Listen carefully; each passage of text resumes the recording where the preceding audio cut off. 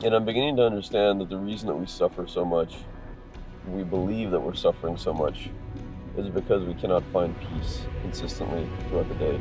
So slow down and don't always hit that Dunkin' Donuts or that on button.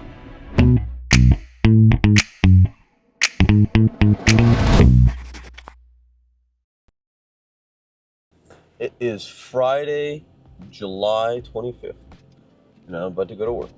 Today's going to be an interesting day because it is Friday.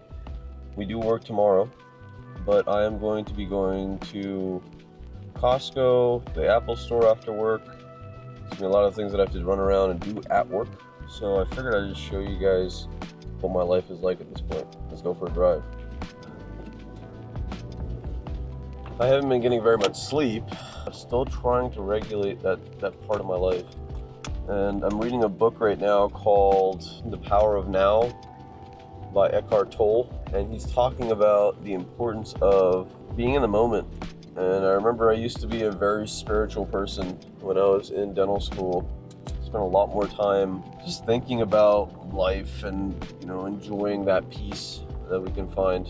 But an interesting thing that he said was that we are not our minds, that we are not our thoughts, that we are greater than that. And it's very important to get to a point where you can observe the thinking human, your thinking self, actually doing the thinking, actually going through life. So as I'm driving this morning, and as I've gotten more sleep, I'm going to try to be a lot more conscious today than I have in the past. Because I've known for a while, I used to go to the woods basically every single week. And sort of all trail that I can find that'd be cool. And it was a good time. I would get out of there and I'd get to my car and I'd be like, damn, the world's moving really fast. And if you haven't had that experience ever before, going in the woods for about 2 hours without any phones or distractions and just like playing in the woods, like just enjoying the scenery and kind of getting away from thoughts. I don't know many other things in life that can do that, besides maybe some sort of spiritual, some sort of religious thing or something like that. So I'm going to be spending a lot more time thinking about that. In the months following dental school, I definitely felt a lack of going out into the woods, into nature. Just because Ohio has different nature, I really like the nature in the east coast of the United States. I think there's a lot of, I think the trees are prettier. I think it's like less brambly. I think there's more topography. So all those things put together kind of make me miss the East Coast for sure. But the reality is I necessarily have to get to a point where I go out and do that thing again.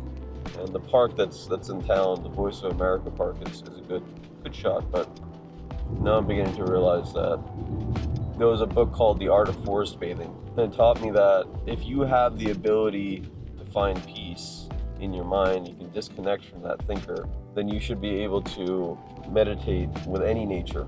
It could be a small garden, it could be a pot full of plants, it could be a weed growing out of the cement in the city.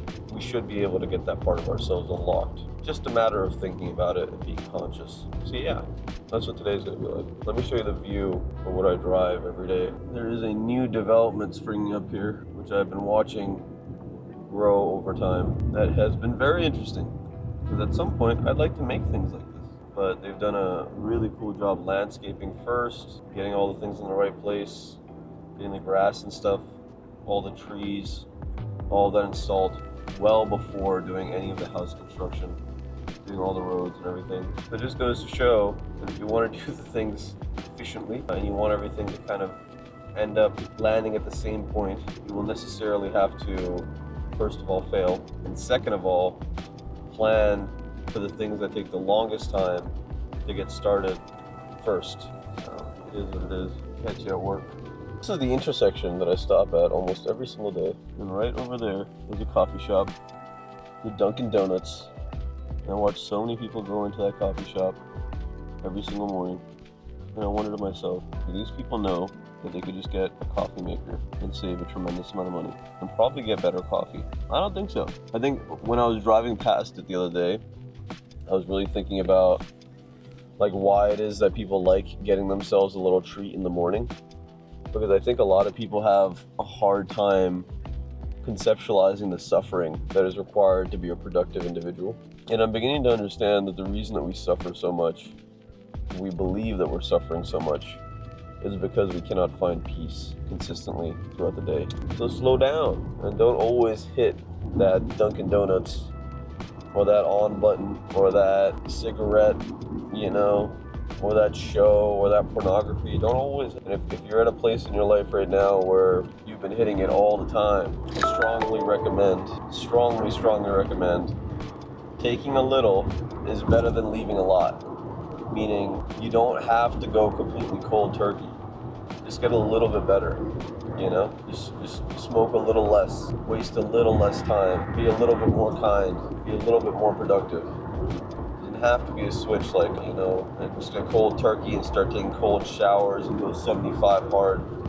You got to be ready for those things, really. And in preparation, have to take one small step at a time. I have arrived at the office, and it is time to take my customary shit.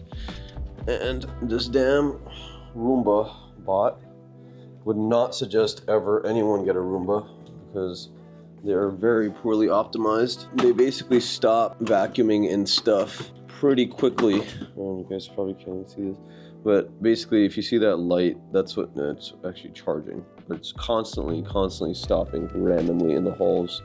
So I'm gonna get ready here, show you the view in the morning. For some reason it smells like shit too. So someone probably had a dog around here recently. Yeah, and I got a meeting with my executive assistant. Then we get into the workday, baby. This office will soon have much more light, so I apologize. But just had a team meeting. Sometimes you gotta crack the whip, Sometimes you gotta inspire, sometimes you gotta do the things you gotta do. But as a leader, I know the leaders are watching these videos, it's very, very important to make sure that you have clarity when it comes to what you expect other people to do. Because if they don't have clarity, you're gonna have a problem. So Trello is a thing that I'm using consistently now, and I basically have like 3 or 4 different Trellos to look through consistently. So I'm just going to go through and look through the Trello boards and make sure that all of the things that I need to take care of are being taken care of. And then I have to call Patterson and I have to get this started in terms of getting it transformed into a dental operatory. So just a couple little things to take care of, but one step at a time, my friends. One step at a time, my friends. So here we are at the end of the workday. Did a lot of cases, a lot of interesting conversations. Right at the end, I had a conversation with the front desk manager and the chief technology officer to go over all the integrations that we're doing. And then I had a meeting with my executive assistant to go over kind of some of the things that she's doing. She's connecting with the core team, my PR guy, my branding guy, the HR lady, the outreach coordinator for Bright Smiles, and to some degree, Zach from ZDT Entertainment, who is basically the guy that does all of the Turabify content, this content.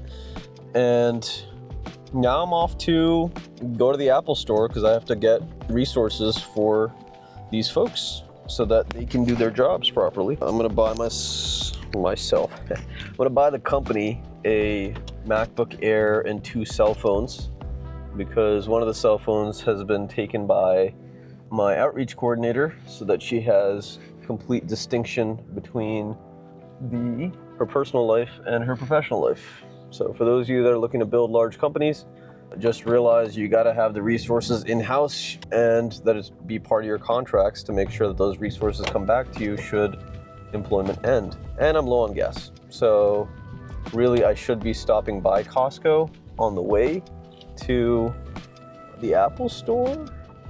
Haven't thought that far ahead, but I'm just gonna drive. I'm gonna go and take care of those things, and I'm gonna go home and look at some emails and stuff like that. And it's gonna be an awesome day, as per usual. Productive day.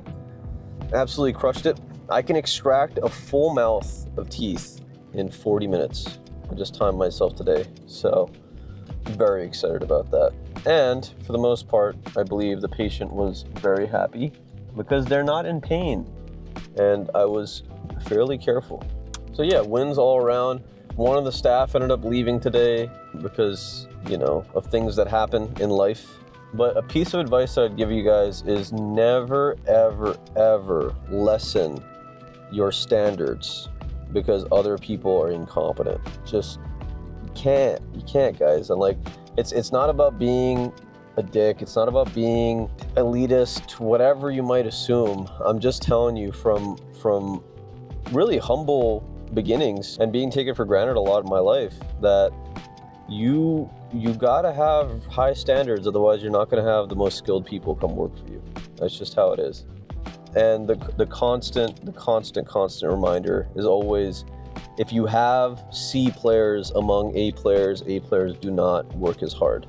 And you always have to be vigilant about who is not putting in the work, who is slacking, who's talking shit. Like, you got to know these things inside of your company, inside of your groups, inside of your friend groups, whatever it is, because that will help you prepare for the future. And if you want something sustainable, you really have to have some really thick skin to be able to put up with, you know, people's emotions that are based on their worldview. And just realize always that when you have those strict standards, there are things that you can do to make sure that you're still being morally righteous about the things that you say, the things that you implement, whatever. And what it comes down to is feedback. So a lot of what I've been building in recently for my company and for the staff and for anyone that works with me is I want to get feedback about, you know, what is it that I can do better? What is it that, you know, really lights you guys up? What is it that I'm already doing well? You know, all of those things help to not allow yourself to get into an echo chamber of, oh, I'm doing everything correctly, because you're fucking not. Like, at the end of the day, you know, we have a long way to go in our personal, professional, financial lives and our spiritual lives, whatever it is. And it really comes down to acknowledging that and saying to yourself that I'm allowed to mess up. I'm not allowed to mess up the same thing again and again. Okay?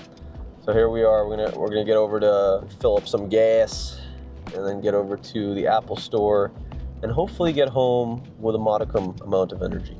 See you over there.